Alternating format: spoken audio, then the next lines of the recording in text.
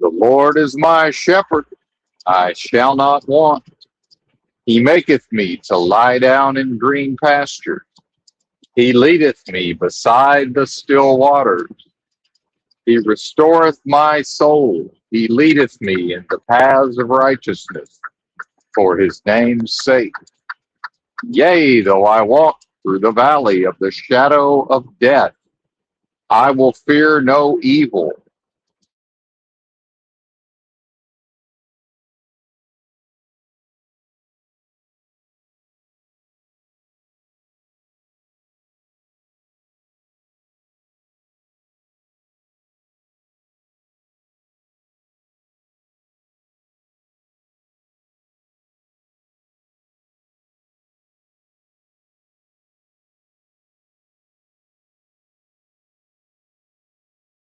In the house of the most super intelligent power source and force of love and creation forever.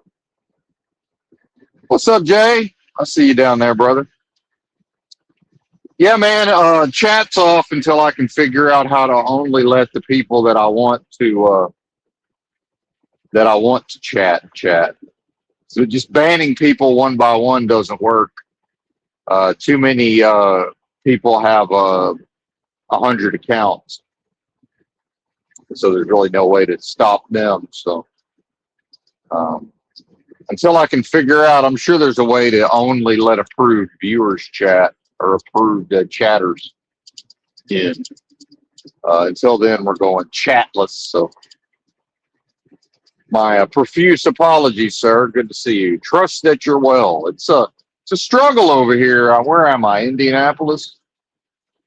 I'm headed up to pick up a load, and then I'm assuming the whole day is going to be a struggle, and that's not manifesting. That's reality, and I can feel when things are off. In the so-called ether, and a big winter storm is set to hit here in the U.S. So, that freaks people out in a lot of ways. Extreme temperatures, extreme cold. For example, I'm headed up to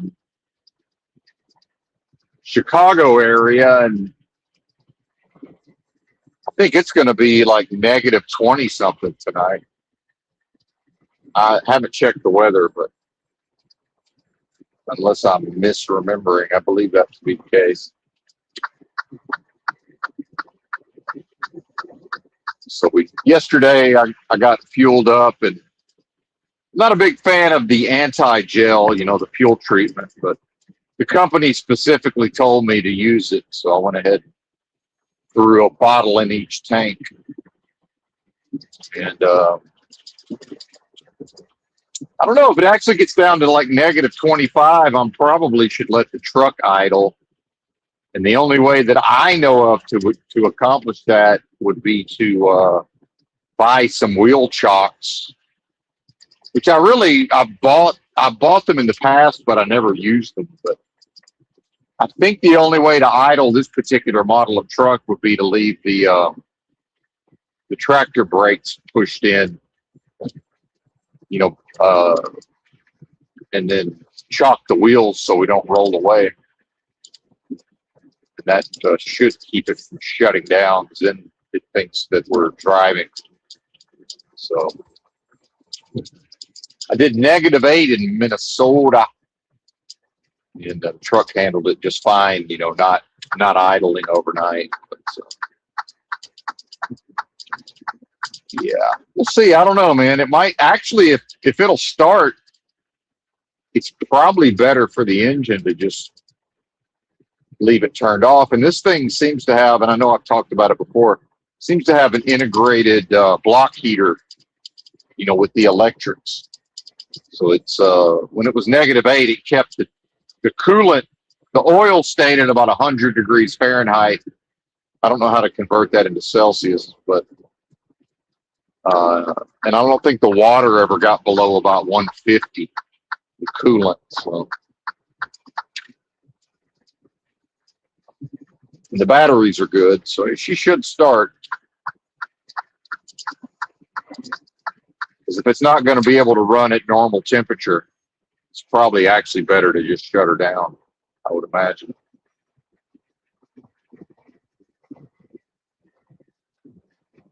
So we'll see how that goes. Yeah, man, definitely. See, I know it's not me that's feeling like my nerves are shot and I'm all cranky and irritable. But now I did switch up my supplements a little bit. I've started. I haven't taken magnesium in a long time. I've started taking some magnesium chloride and some silica. But I wouldn't really expect that to be responsible. And then the caffeine addiction. I really just need to just never drink caffeine again. Honestly, it's a net negative in my life. My mood's way better when I don't consume any caffeine.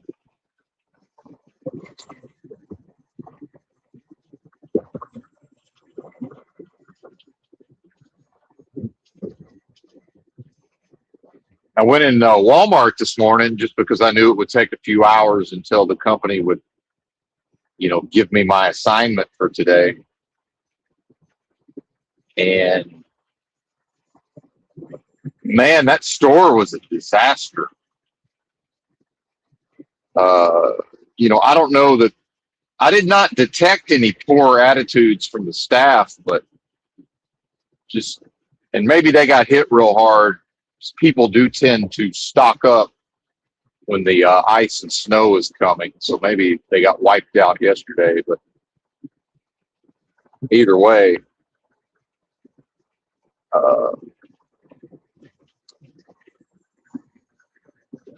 just feel it, and I know it ain't me. I know I'm not the source of the crankiness and the agitation. Although with the further healing of the, I like to talk about my intestines and the healing and all of this. I mean, that's certainly a factor. I've noticed at certain times of activity down there, I do seem to be prone to like headaches and agitation and irritation. So that could be part of it, but I don't think it's the whole deal. Now, I will say that in the past, my medically provably high through blood tests, testosterone level, which really isn't even high, it's just not low. It's higher than what's normal these days. But, with so many people going on hormone replacement therapy and all of this, it's really, mine's just probably a little, high normal. I mean, you really want to look at it. But, I know magnesium certainly has effects on testosterone. So, maybe my body's leveling out.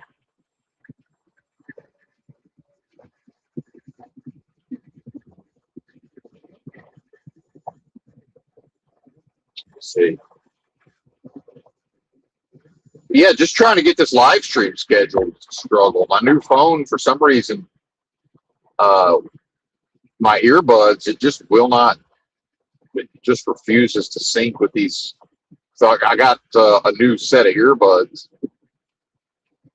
recently, and it works with the new ones, but I have an older set that's the same brand and it uses the same app, and for some reason it just won't recognize those. So synced up one of my older pairs, and just even getting the StreamYard, and it's never been logged into on this phone. At a certain point, I'm looking at all this, going like, what's this level of struggle? Why the struggle? And I know if it's me, it's other people, and looking at some of the internet things, Epic Economist and a lot of this other stuff, which I understand, you're looking at some level of psyops, and sort of predictive programming, and, people are increasingly seem to be led by, the algorithms and the social media sort of, they take their cue from a lot of that seemingly, but people are freaked out, man. They don't know what to do. And, as we know, NPC normies normalize everything that is not incongruous or incongruous. How can they normalize, economic conditions when they've been lied to and they've, been sold a bill of goods on what America's supposed to be, and what they more or less probably on some level believe themselves entitled to. In my experience, to be American is it's very much to just expect to be kind of catered to and treated in a certain type of way. And at a base level, all these people really know how to do is slave away for corporations, ultimately. And I'd argue it's the only thing they're good for. And, so the idea of a hell realm or a heaven or hell realm, mostly manifesting as a hell realm, I think it would be better for people's psychology if the government just more or less took over and just told everybody, look, you're our property, we own you, you're our slaves, and you're gonna, we're gonna choose what corporation you slave away for, and it's America's gonna go to a, more or less a prison labor model. Just go ahead and go to a, maybe a tiered system of UBI. And honestly, man, I think about 60% of everybody, they would own nothing and be happy.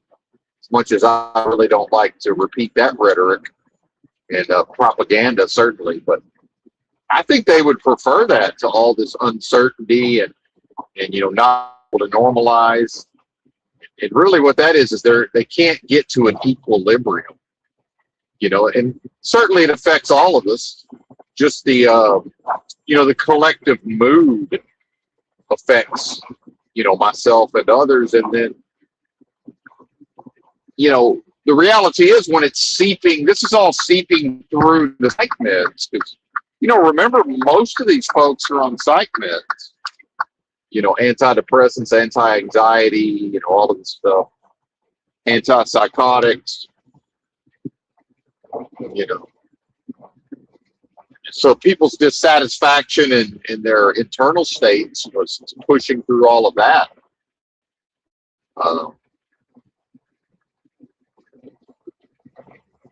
It's just really kind of fucked up to think about.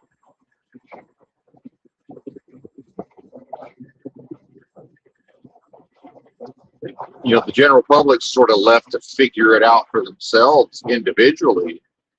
And, increasingly it's sort of on them to figure it out. It's just not what they're good at. These people are good at status quo, social contract, conformity to peer groups.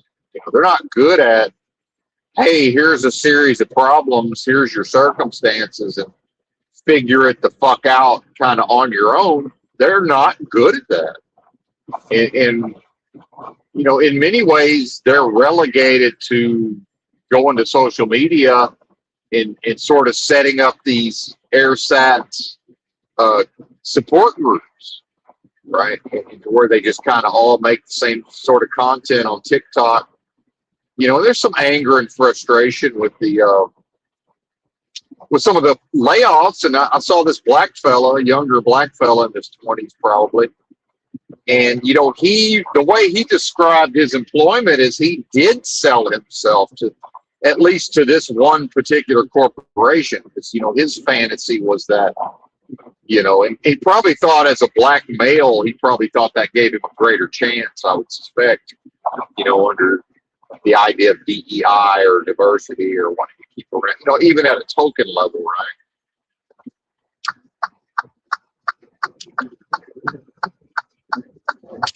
Yeah, follow that big truck, Mini Cooper. That's what you want to do.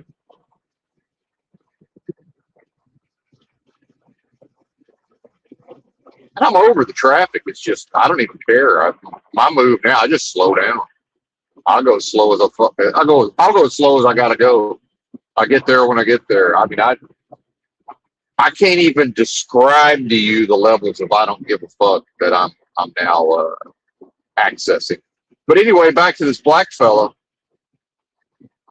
It struck me that he was talking about he's got his phone out, taking pictures of his computer and the time clock because the computer's booting up and they won't let them, the employer won't let them clock in through the time clock. And I know exactly why they won't let that happen. He seemed confused. It's so that they don't clock each other in and out. That's why. So they're having to do it on their individual computers. And because he doesn't want to get a talking to about why is he logging in and clocking in literally 1 minute late, which leads me to believe this has happened before.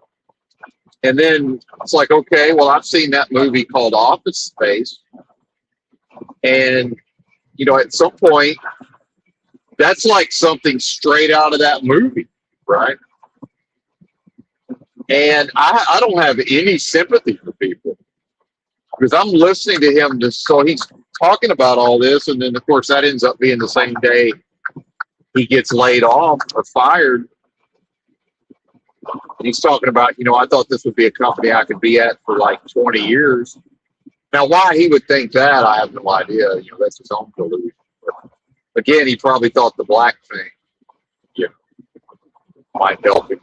It's like, no, man, that you're just a regular person at this point. The ship that sailed on, maybe black woman, maybe black male. He's the same as a white dude as far as the politics. With a different a little bit of a different cultural flavor. He's a regular white guy. Let's just call it what it is. There's really no difference at this point.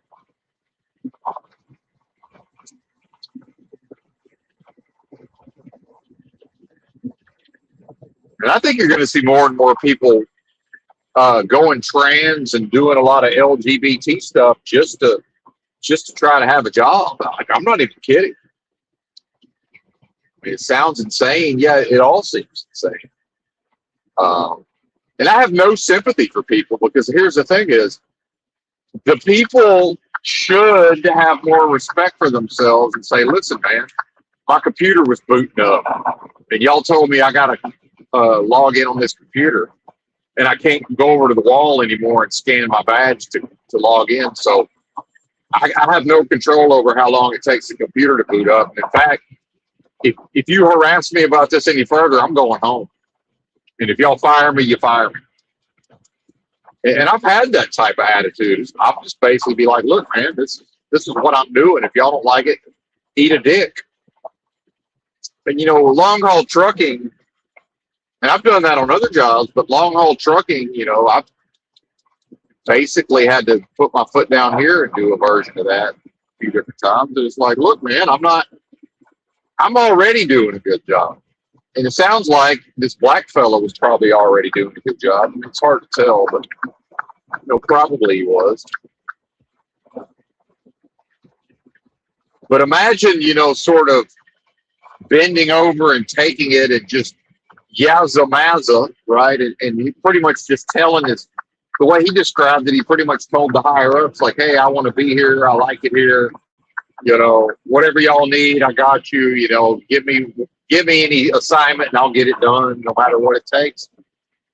It's like, yeah, man, the moment the corporation decides to cut salary or do something different, you're out on your fucking ass. That's just what it is, man. I have no sympathy for people whatsoever. Wow, these people are really fucking up. This is insane.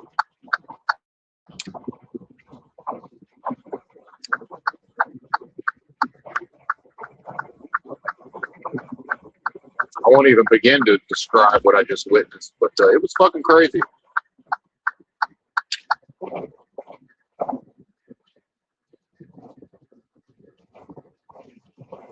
And I'm telling you, a lot of these people don't know what fucking planet they're on. I mean, they really don't. They don't know where they are, and they don't know what's happening. And that's more and more, that's the general public. They just don't know what's going on. Like this guy, he just passed me. I'm looking at him. I think he's on a conference call or something. Or he's talking to his passenger. I don't think he knows where he is. I don't think he knows what he's doing. He's just sort of, adrift in a sea of traffic. I don't know where the hell he's going.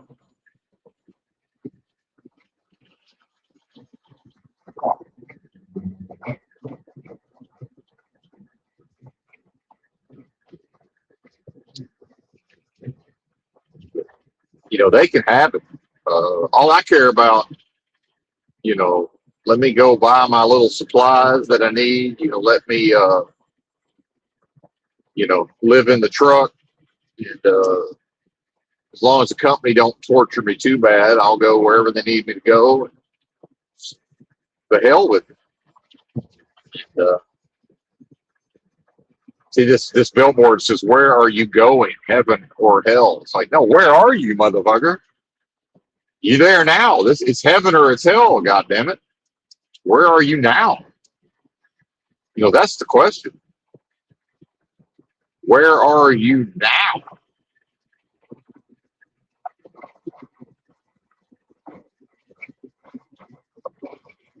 Later's later.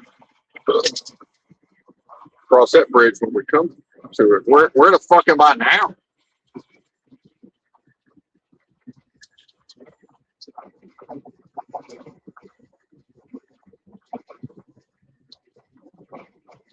So, and I don't like the term cuck, but this guy cucked himself, to this job so thoroughly, and just to get thrown out like a piece of garbage.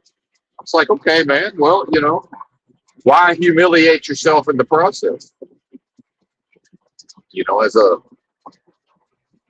This is what I mean, though. I think I really think he would just prefer if he could sign his ass away to the corporation and just be like, look, man, y'all are responsible for me, and, I'll come here every morning and do whatever y'all need me to do.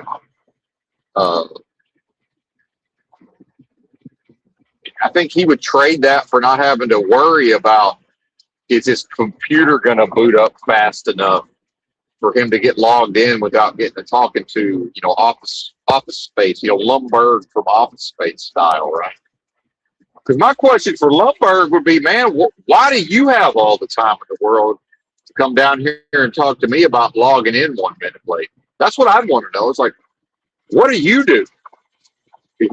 How do you have time to monitor at what point I'm logging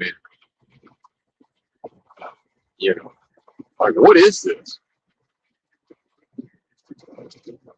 I got questions.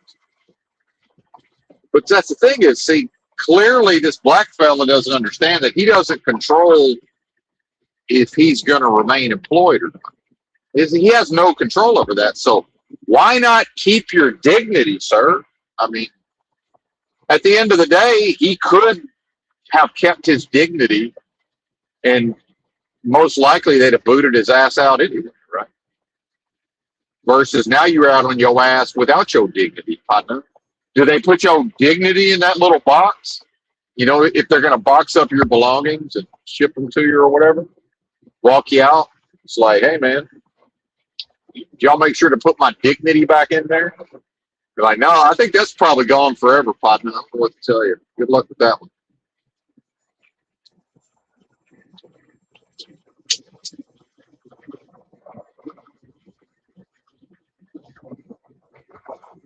And then, the group level problem solving, the idea of we this and we that, what's your solution? And it's like, well, yeah, I've resolved it. I'm good.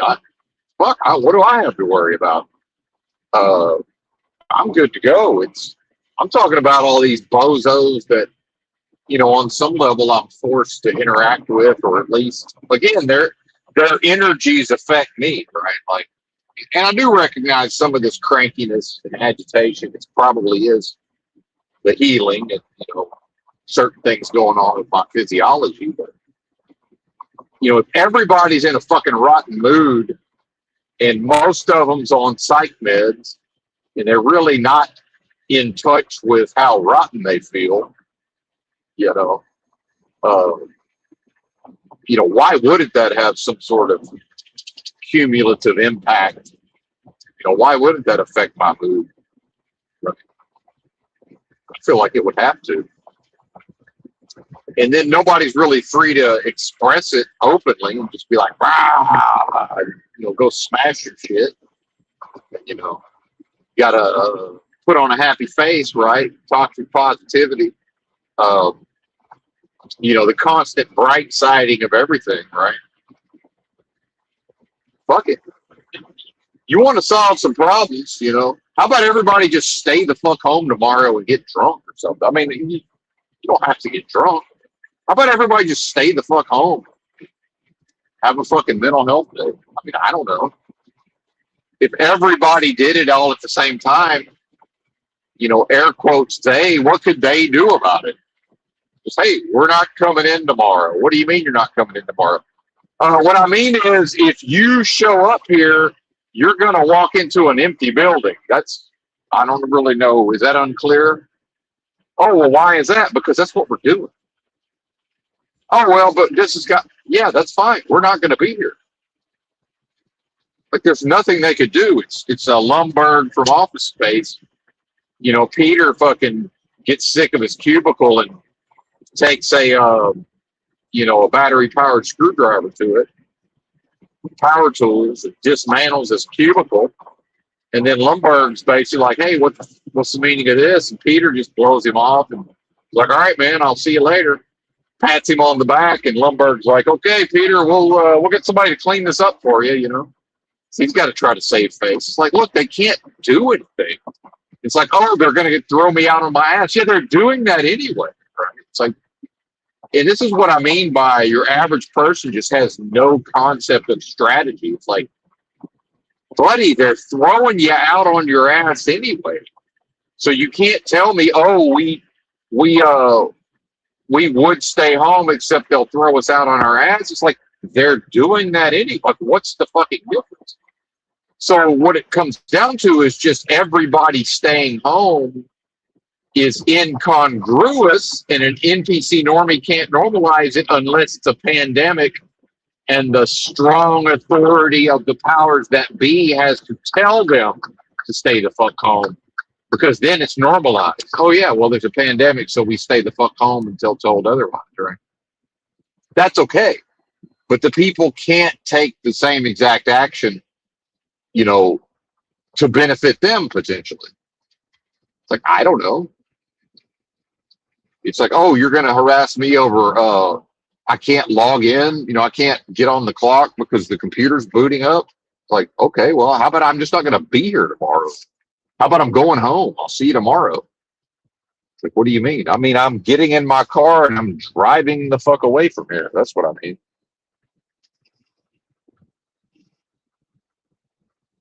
Oh no, they'll fire. Yeah, they're firing you anyway. They're throwing you out on your ass anyway. What's the fucking difference?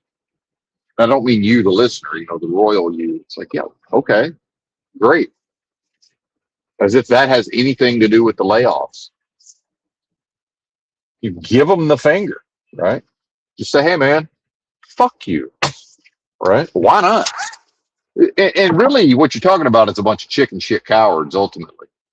And, I just don't like the reality that everywhere I go, I know that a minimum of 8 out of 10 adults that I encounter are chicken shit cowards. Like, that's just the reality. And I mean, like, I don't mean their spirit or whatever. I'm talking about their behavior. It's like, this is the behavior of a bunch of chicken shit cowards,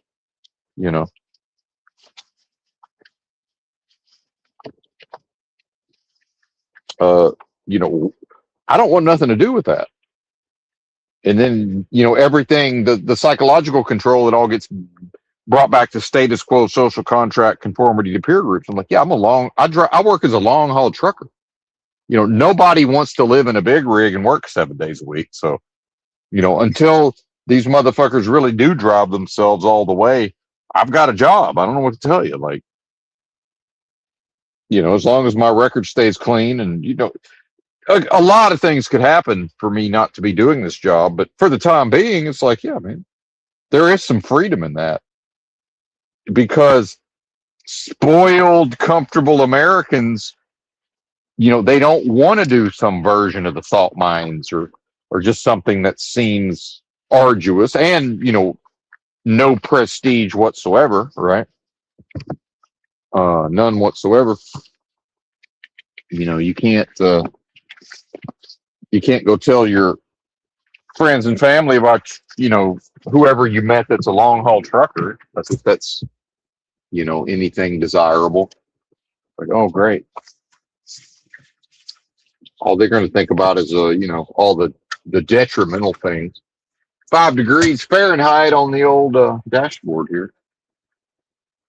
How about you?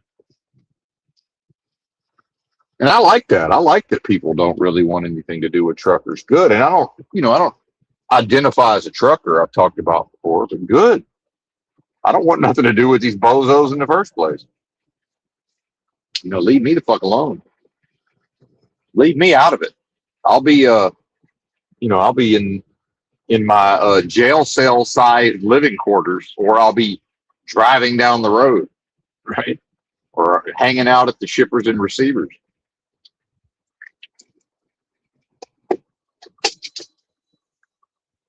And it's like, oh, the cost of living, inflation, and all this. It's like, my new hobby is I like to just Google how much did a particular item cost in 1980, and then I like to get on the inflation calculator and do it reverse inflation.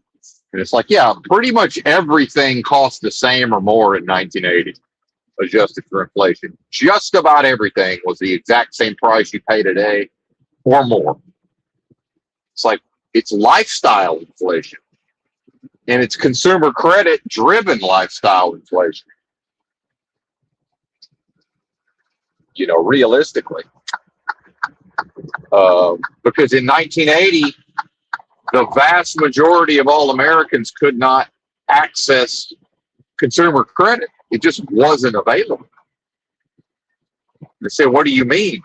What I mean is, in 1980, just a regular old person working a regular old job could not get consumer credit.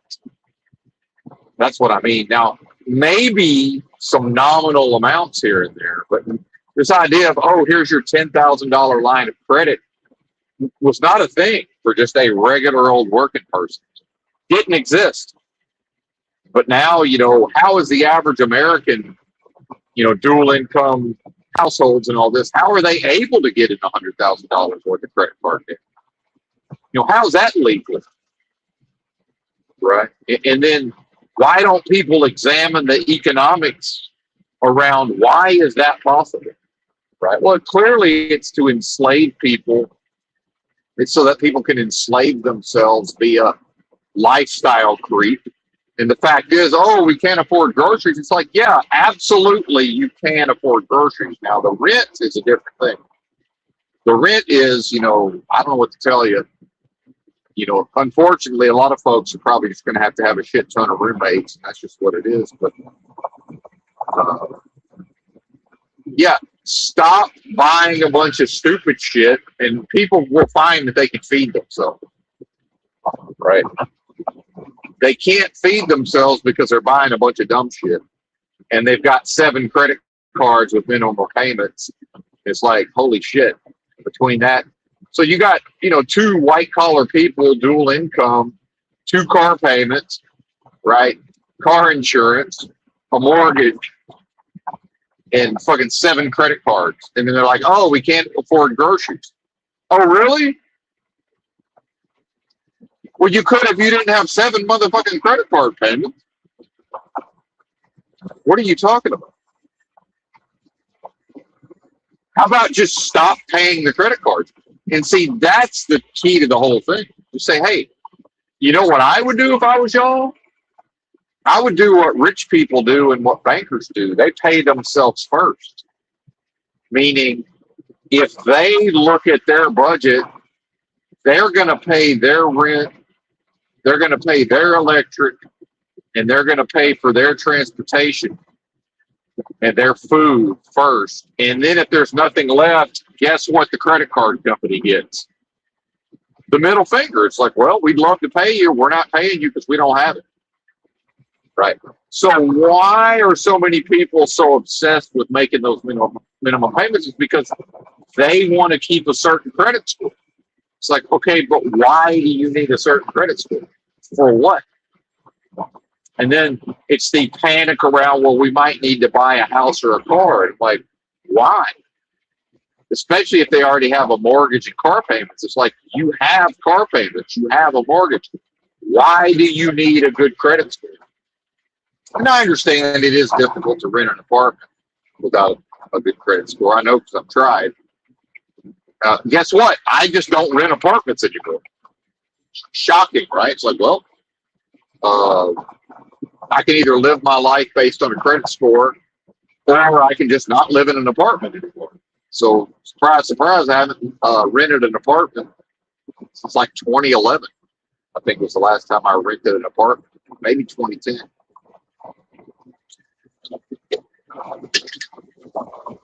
It's like, you know, oh, why are these people living in these motels and these extended stays? It's because if you have the money, they don't give a fuck what your credit is.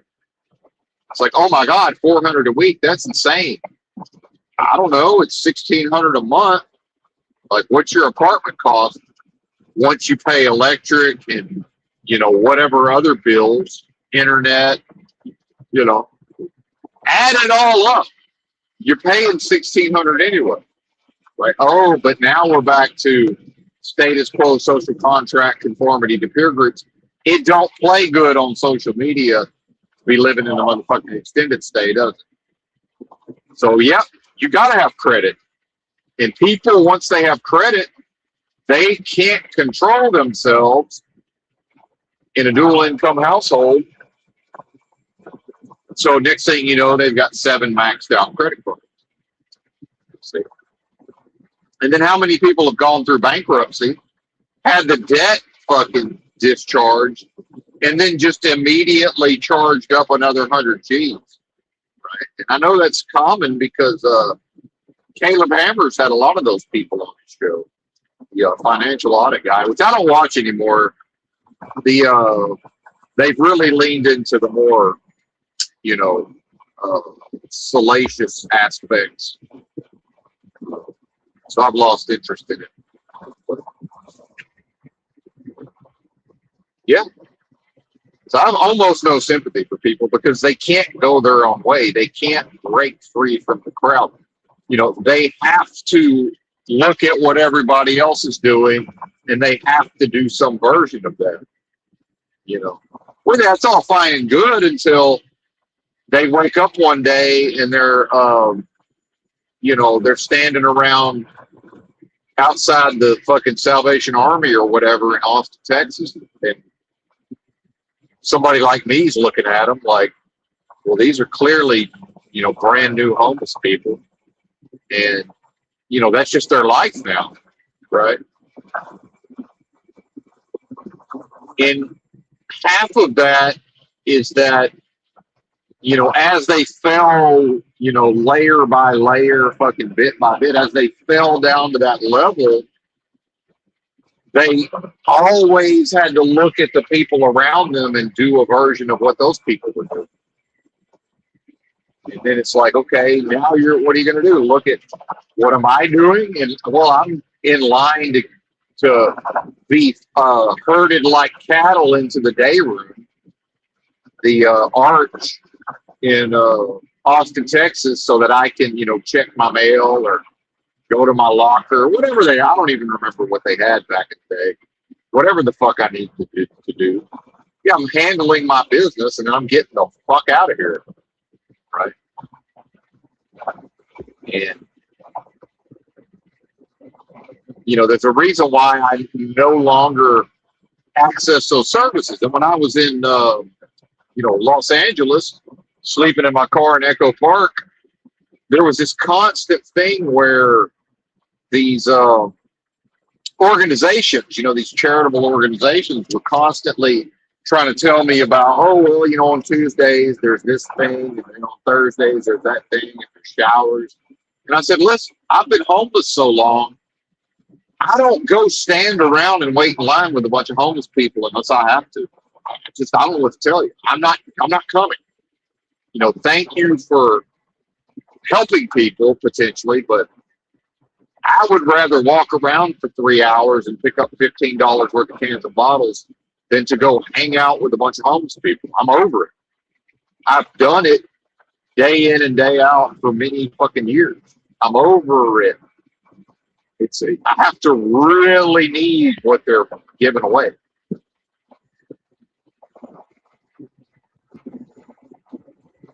Because it's not, my quality of life is more important.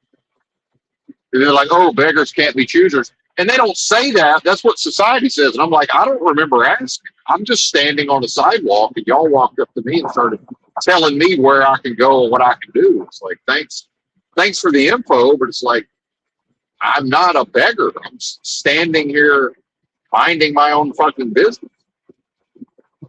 Or like, just came out of the bathroom. Oh, I'm sitting around, letting the fucking UV from the sun, destroy some of my toe fungus, or whatever the fuck I'm doing. Like, oh, thanks. Thanks for telling me about the free shit. That's great. I'm burned out on waiting around for the free shit.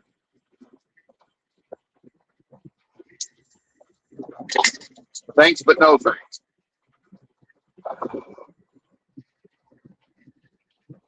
Appreciate you.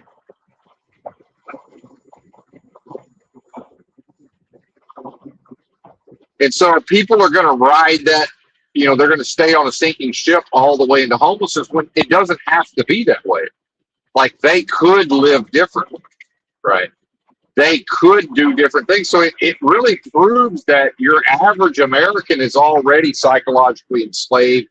And I don't mean like narratively or in the ways we've talked about in the so-called truth community. I mean day in and day out, minute to minute, hour to hour, right? They are enslaved to a particular way of behaving, and they can't choose to divert from that. And it's not about Benton and what Benton's done, but I saw the writing on the wall in my own life back in 2010, 2011, on the heels of the bailouts.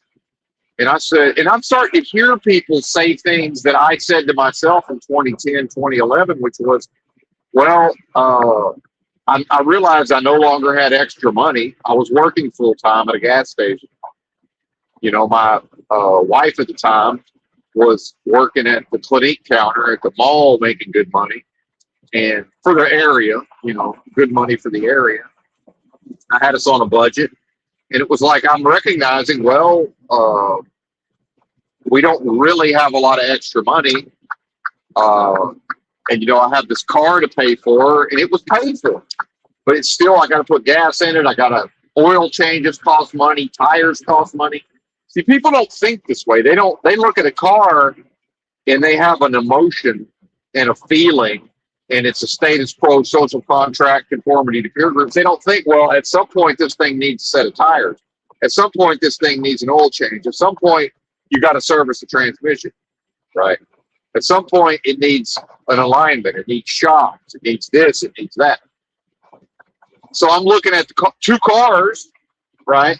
And then it's like, I have a job and I have an apartment, and I only need the car to get to the job. And I only need the apartment so that I can get good rest and be presentable for the job. And I only need the job to pay for the apartment and the car. So now we have a triangle or a pyramid, and all these three things depend on each other. And I recognize in this moment, oh, I can just walk away from all three. And I got in my car and I drove my happy ass to California. And over a period of years, I adapted to a different lifestyle. And I did not look around at what other people were doing. I did not concern myself with what other people were doing. I didn't worry about a status quo. I didn't worry about a social contract. I didn't worry about conforming to peer groups, because part of me already wanted to live so-called alternative lifestyle. I don't mean sexually. You know, I already had it. The desire was already there. I really just needed a reason. And now the fear, right? I understand the fear. The fear is, okay, we're leaving what feels like comfort, safety, and security. Although by then I had recognized that the Americans' lives are just too easy, you know, on a day in, day out basis. It's just too, our houses and apartments are too comfortable, right? It makes everybody weak. And things are too easy, right? Even within the struggle. It's like, you know, so that fear of uncertainty, well, I said, well, there's a bunch of junkies. And what's the difference between me and a junkie? It's like, well, they're highly motivated. They wake up every morning.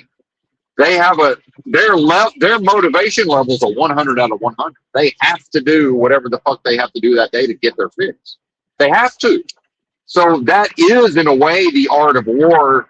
The idea of first the warrior places themselves outside of the possibility of defeat psychologically. Well, they're there.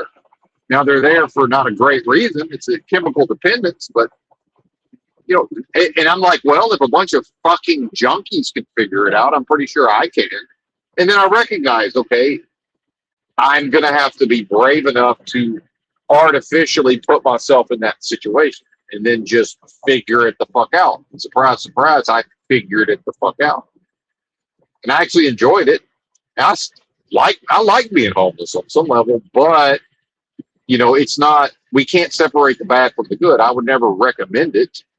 You know, it's not anything to say, because some people try to kind of glorify it. I'm like, it ain't really that either. But there's upsides and downsides to everything. Like, there's clearly an upside to just putting, if somebody has a halfway decent job and puts their head down and just grinds it out. But to also understand, the corporation, the moment it's done with the worker's out on their ass. That's what it is. Like, same thing with the self-driving trucks. The moment the guy that owns this trucking company can buy a truck that will come with the ability to do my job, I'm out of a job. I'm talking about day one of that being reality. I'm out on my ass. Now, it might happen in stages where first they get rid of the less productive drivers. And so maybe because I'll live in a truck and work 7 days a week, maybe I'll be one of the last ones to go. But you're out of here, buddy. You know, if they could pay me less, they would. You know, that's just what it is. And to not understand that, to me, is just complete insanity, right? The fact that people don't, and it's a willful ignorance. They choose not to see it. They don't want to believe it. And I'm like, well, that's a preference. Who cares what you want to do? This is what it is, buddy. You're like a mercenary. The American worker is like a mercenary. They're bringing you in more or less on a day-to-day basis. And, you know, I think especially homeless people, they should have to start paying them day one. Because I worked in a call center in Beaverton, Oregon. And from the day I started paid training, to the day I got my first full 2 weeks check was exactly 30 days. What the fuck am I supposed to do for 30 days? And, you know, part of that was, well, I know how to live on almost nothing. I know how to live in the streets with basically nothing. So your average person that, you know, has recently become homeless, especially if it's because they lost their job. Oh, good. And look, a job in a call center. Okay. And they start looking at the pay periods. And it's like, well, wait a minute. I'm going to get a partial check in a few weeks. And then I'm not really going to start getting paid for 30 motherfucking days, potentially. Like, what am I supposed to do in the meantime? You're supposed to fucking suffer. Oh, well, I'm not used to suffering. I don't know what to tell you. I don't know what to tell you. I slept on the side. If they're talking to me, it's like, I'm your coworker. I slept on the sidewalk last night. So, I mean, I don't know what you're whining to me about. You know, I got my partial check was just enough to pay for the fucking train tickets to get here and back to the sidewalk. Like, literally, you know. And so I understood, and that was probably 2015, 2014, 2015. You know, I understood. Look, things have not changed. Now there's been a pandemic, and but overall it was. Look, it's been what it is now since 08, 09. Period. This is still 08, 09, and it's going. I can't even say it's going to get worse. This is what it is. It's not going to turn into something else. This idea of, oh, it's getting bad, it's going to collapse. Motherfucker, society is maintained within a state of collapse, meaning it's never not collapsing. Now, yes, it's also expanding and growing and changing in certain ways. And simultaneously, it's collapsing in on itself always, perpetually. Every fucking moment of every day, the system is collapsing. And that's how it's designed to operate, right? That ain't going to change. And it's probably always been that way. What's the difference is, it's, well, can people psychologically accept it, and can people even see it? So when you hear, oh, people are waking up, it's like, no, they're not waking up. Some of them are starting to actually understand, oh, wait a minute, this is a collapsed society, and it's always a collapsed society, and it's never not going to be a collapsed society. And yeah, things are shit, and things have always been shit. And this is not an abundant world. This is a world of lack of abundance. This is not prosperity. This is subsistence living, and it's nothing new. Americans have been subsisting, which is surviving on the minimum of resources, for many hundreds of years now. And in fact, the idea of the American dream, which, like it or not, the American dream is to do more in exchange for less, right?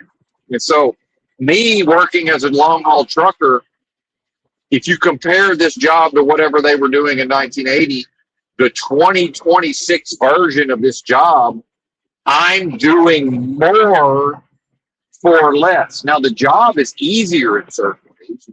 The technologies make certain things more convenient. However,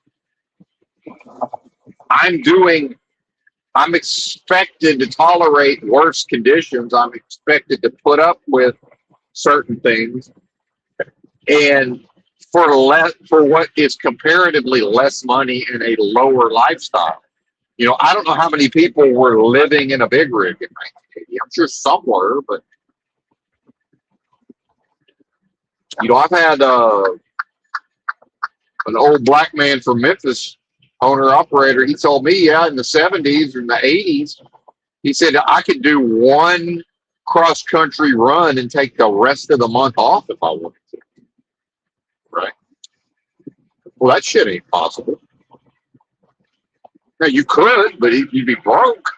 He was basically saying I could just do whatever. He'd have now, some of that is sort of, again, living below one's means, right? Probably lived in some version of a shack somewhere. Some of that's sort of the historically the Southern culture. We're poor folks. And, we don't live high on the hog or whatever. Of course, that's changed, arguably.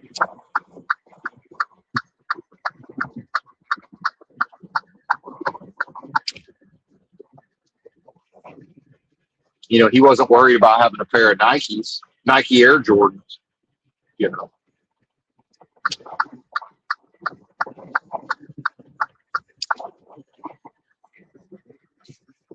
Those morons. It's dumb. Like I say, I'm watching these people drive. They just don't know where they are. Like, they really don't. They don't know where they are. They don't know what's happening. And half of them, like, I think this guy snuck up on me into my blind spot, almost changed lanes into him. I think he just probably halfway hopes I'd run him off the road and he can just be done for the day. The guy driving an Amazon van,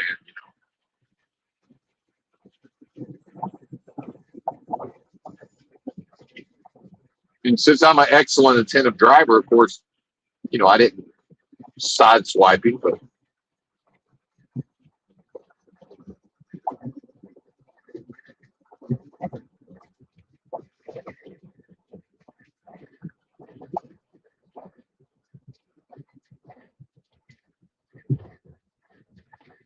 Now, for some reason, there's a big rig in front of me, and he's just driven into their blind spot. And he's just staying there for some reason.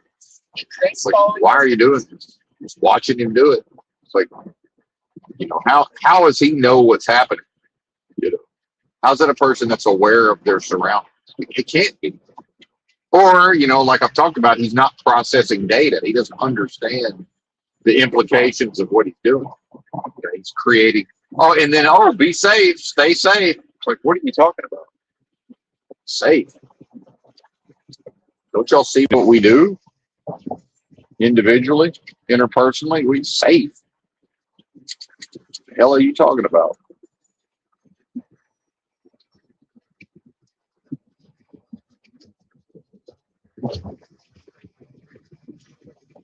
And so the gaslighting is this idea of, what's the big deal?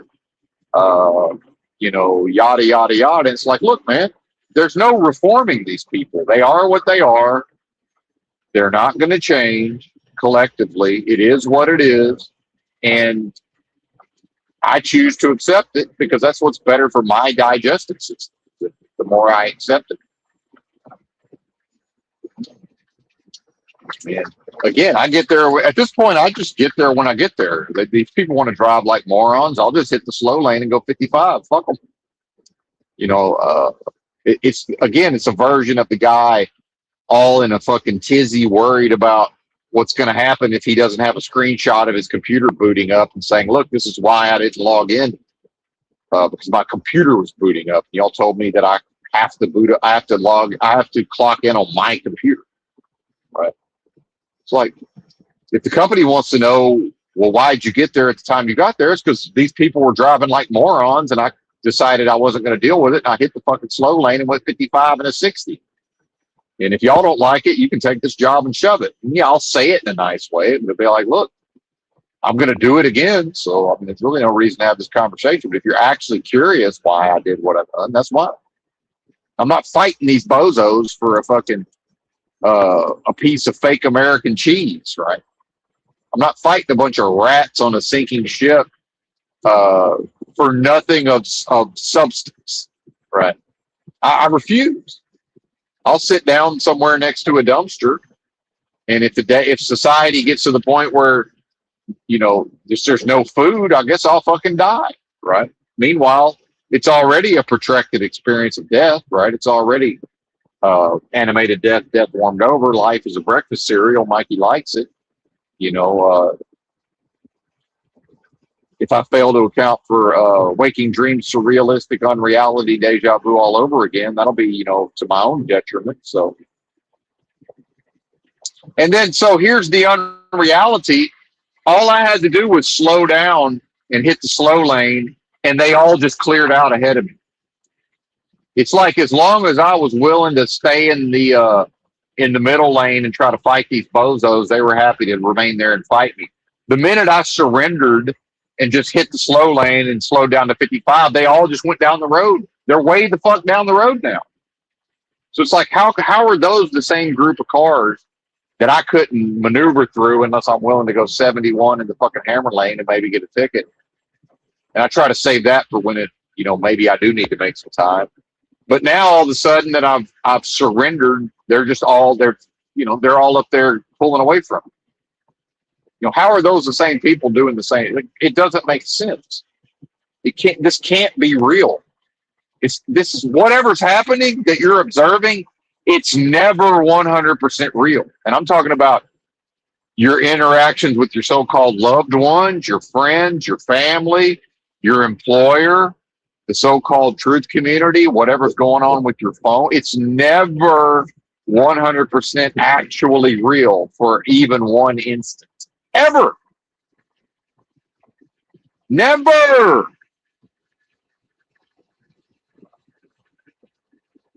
And that's the John 14:26, the Comforter, which is the Holy Ghost, teaching me all things and bringing to my remembrance. It's like, oh yeah, the royal we tends to forget these things, right? It's like, oh, that's right. It's never real. It's never wholly real.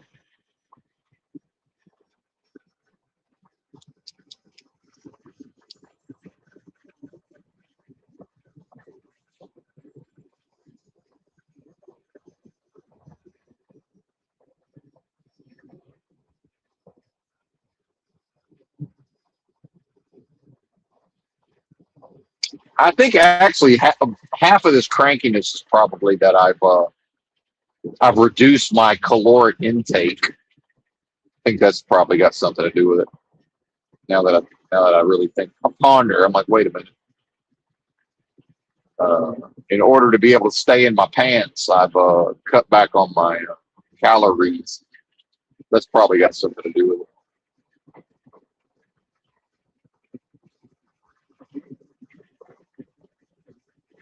And my schedule's gotten sort of pushed farther into the day since I've had these days off. I've been sleeping in.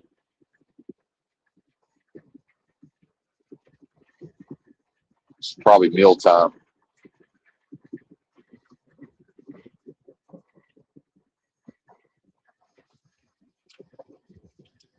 Chug some water and get over it, buddy.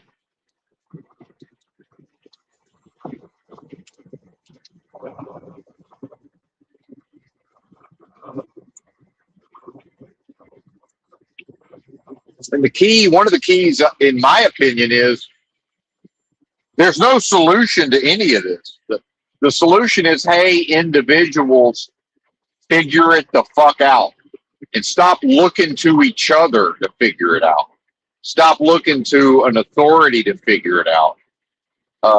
You know, and look, feel free to go on social media and complain till your heart's content if that helps, but it doesn't change anything, right? And this is for entertainment purposes only. And I like to talk. None of this is going to amount to the hill of beans, certainly, but it helps me kind of vent the crankiness, right? Get the crankiness off my chest.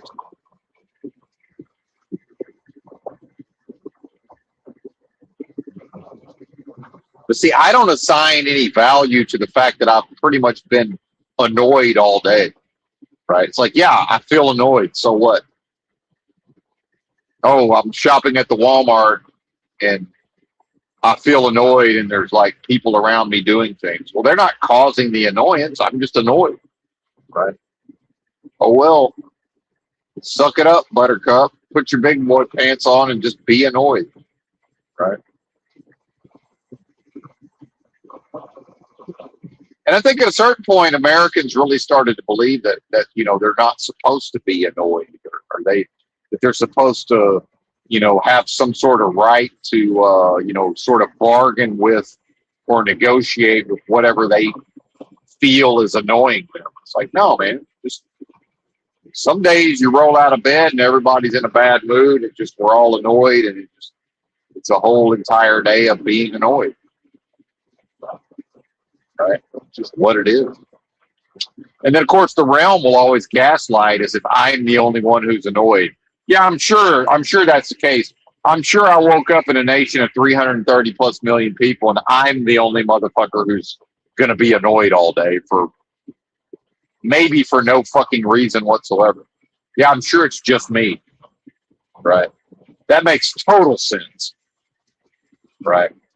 Because the realm always wants to be able to paint a picture of, well, what's wrong with you? What's wrong with you? What's wrong with you? It's like, nothing wrong with me, motherfucker. What's wrong with this place? What's wrong with me? What's wrong with this world? Right? Did you talk to the criminal? And remember that the so-called powers that be, the fucking slaves, which I'm not even a fan of that term overall, but sadly it is appropriate. And the so-called authorities in this realm, right? It's this idea of they don't ever talk to the criminal; they talk to me. It's like, well, wait a minute. What I am is one with the most super intelligent power source and force of love and creation, a quickening spirit. The representative of supreme authority. Why are you asking me?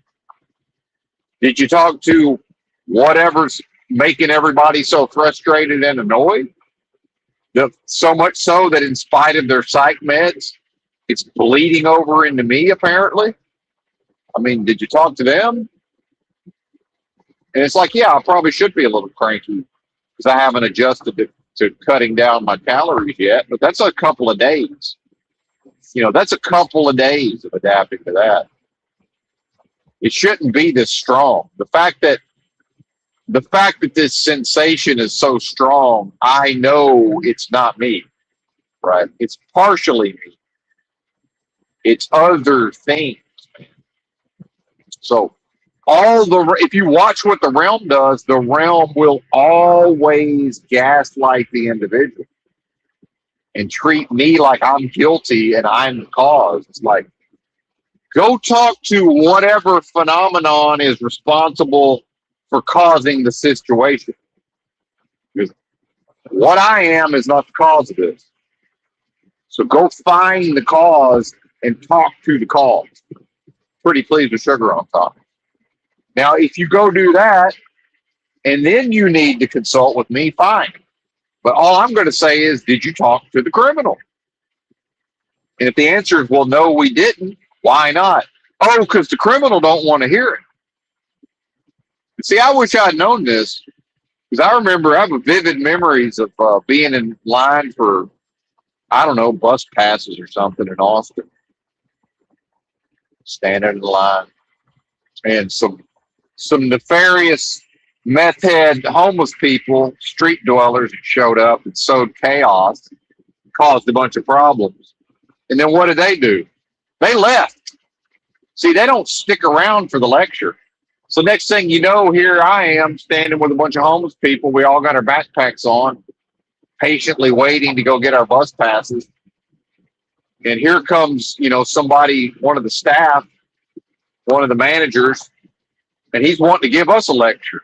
And I said, listen, man, I said, we're the ones who follow the rules. I said, the ones who broke the rules, they're not here, man. And I said, furthermore, if they were here, you know not to lecture them because they're not going to listen to you, right? So meanwhile, it's like, yeah, I will happily listen to you and I will agree with you, but you're telling the wrong people. Everybody that's a troublemaker, they came here, they caused a bunch of trouble, and now they've left because they don't stick around for the lecture. We're here waiting in line for the motherfucking bus pass. The ne'er-do-wells just ride the bus for free, and if they get a ticket, who cares? They're not going to court anyway. What do they care? They're not paying a fine, right? Why do you think I'm here waiting on a bus pass? Because I'm doing shit properly. And, I didn't convey it in that way, but that was ultimately my point. But really, it's like, hey, talk to the criminal. And so, well, why not? Why haven't you talked to the criminal? Oh, the criminal don't want to hear it. Okay. Got it. So, again, I must be guilty. What I am must be guilty. Well, yeah, based on this world of death and game of lies, what I am will always be treated as if it must be guilty of something. Well, what I am exists in a state beyond guilt. What I am exists in a state beyond unrighteousness. What I am exists beyond these things. See, only by coming to this dead world, right, accounting for waking dreams to realistic unreality, is it even possible to seemingly inhabit a state of imperfection. See, and even that's not real. What I am can't ever inhabit a state of imperfection. That's not possible. It's not possible. What I am can never exist within a state of unrighteousness. What I am can never exist in a state of unworthiness or a state of lack of anything. What I am can never exist in a state that's based on lack. What can happen is the being can create a false identity, a graven image to uphold before Moloch's machine, and industrial and post-industrial society to get the pat on the head and say, have I done good enough as a good little corporate slave? A person can create a persona in relation to a world that lies and says, well, it's an abundant world. And then the moment I begin to identify what I am on the basis of, well, the source of all abundance has to be this world, that's a violation, because it then the inversion is that, well, obviously, Benton, what you are, little Benton, is based on the lack of abundance. See, that's to treat blessing as if it were a curse, and that's never not a violation. And in order to accomplish this, the realm will always treat what I am as if it must be perpetually guilty. And why does it do that? Because the realm is perpetually guilty. And just like people have recognized with the so-called Democrats or liberals, which are really leftist communists, and if you look at Saul Alinsky's Rules for Radicals, it's right there in the lefty playbook. Always accuse your enemies, your political enemies, of what you're doing. That's what the realm is doing. And then it accuses me of being those things. And if I'm dumb enough to buy that, if I'm dumb enough to sign off on that, whose fault is that? Have you considered my servant Job? You know, in some way, that's all that matters. Again, have you talked to the criminal? Why are you here bothering me? Go find the criminal, talk to the criminal. And I continue to hear people talking about being angry with so-called, air quotes, God. Again, did y'all talk to the criminal? How are you going to be angry at this idea of a heavenly Father creator? You're going to be mad at that? And you ain't mad at Satan? This doesn't make a damn bit of sense. That's totally illogical. That makes no sense whatsoever. Oh, where's the animosity for the enemy? Because if there's animosity for the idea of a benevolent, loving creator, and look, I'm not saying that's a thing. I'm saying if a person has signed off on an idea of a benevolent, loving creator, you're treating the benevolent, loving creator as if it is the enemy. Meanwhile, where's the animosity for the enemy? The enemy gets a fucking free pass. The enemy's just, oh, well, here I am roaming to and fro, seeking whom I may devour. Okay, carry on. Oh, well, hey, God, why'd you do this to me? Why'd you do that to me? How come, my little daughter got killed in a car accident or whatever? Rah. Like, I don't know. Is that God, air quote, so-called God's fault? You ain't got no animosity for Satan. Meanwhile, I'm not saying that. I don't think anybody should have animosity. It's not good for me to have animosity. Right? It's bad for me if I have animosity.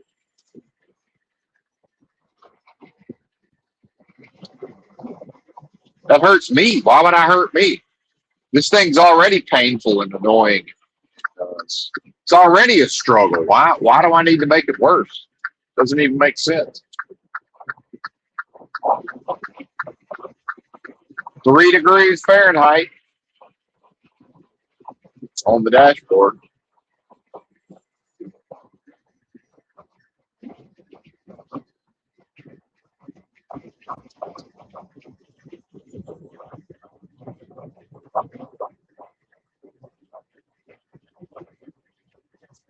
But anyway, I think I've probably been ranting for an hour and 15 minutes. Still cranky, still agitated, still annoyed.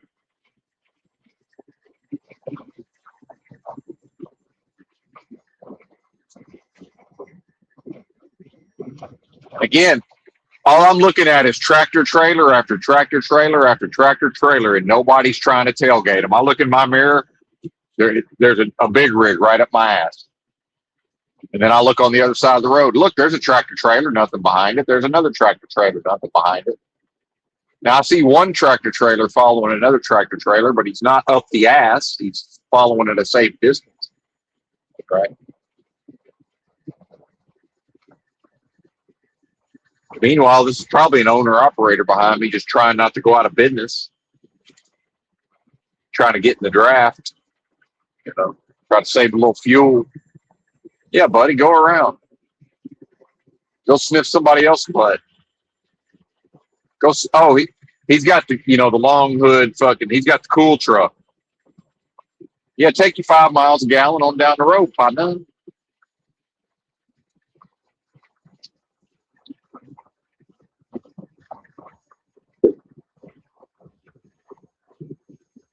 You got to look cool.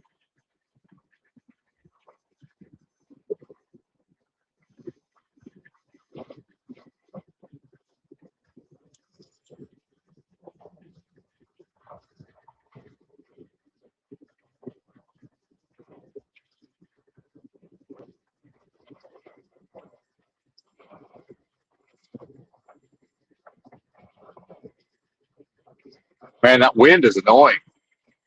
Add that to the 20,000 reasons why most people would never do this job. It's like, oh, you're going to drive 10 hours today, and you're going to have the wind noise in your left ear the entire time, and there's nothing you can do about it. Just uh, never-ending wind noise.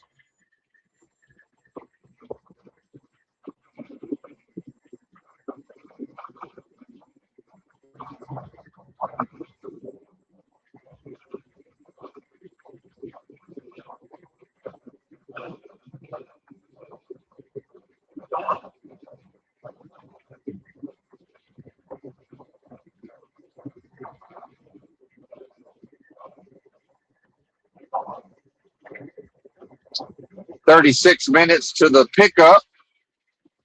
Let me go look on the. Let's see, where am I at on my battery? 50%. Where am I at on my new phone? My new phone's down to 33%.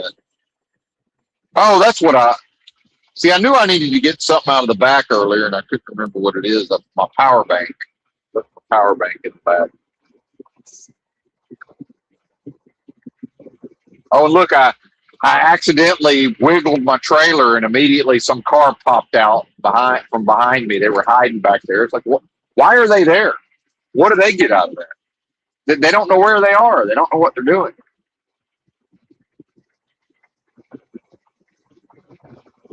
Now they're going 80. Yeah, why were y'all up my ass at 65? It doesn't even make sense.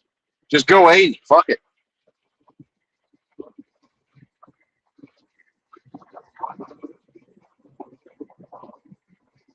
Anyway, let me see what this place looks like.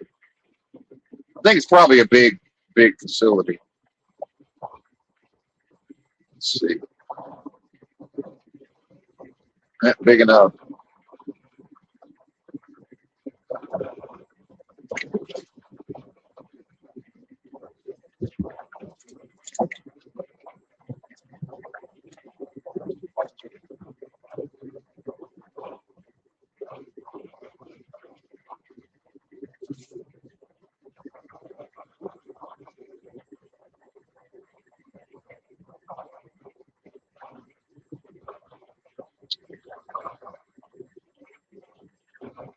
I think maybe they're getting better at these windmills. There's a bunch of windmills out here, and almost all of them are spinning. They're starting to figure that shit out a little better. Central time zone. What?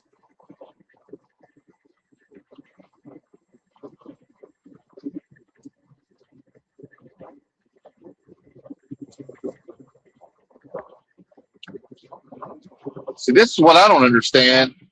Indiana gets a little weird because it says the sign said entering central time zone, and I'm going 36 more miles. And unless my GPS is just wrong, it says where the place I'm picking the load up is on Eastern time. It's like I'm going Eastern to Central back to Eastern, apparently.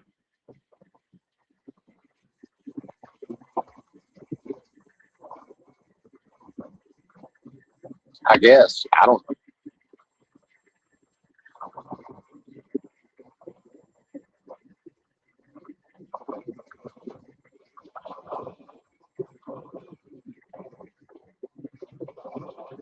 My phone still thinks it's the same time. I don't fucking know.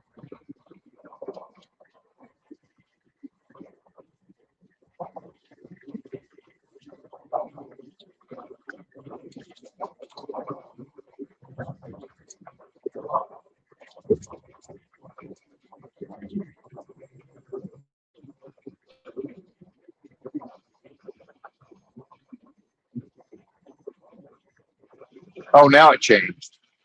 Yeah, it changed, and now it's on Central. Fucking weird.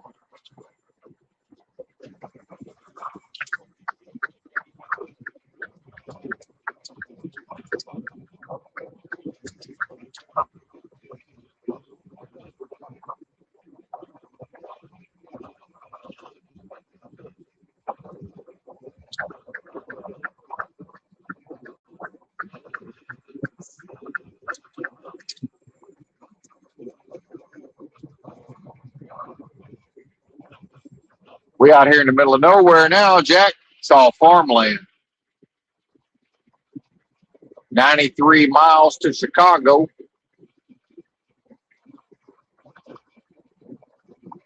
That can't be right, can it? Huh. Maybe I'm not going where I thought I was going.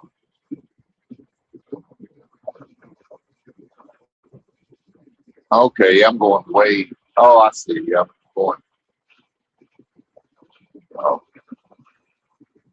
up near Green Bay, I'm guessing.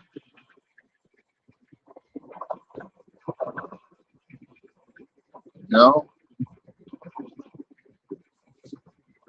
Well, either way. I think I'm going up north of where it's supposed to snow. So it looks like the snow is more southern. It's supposed to be.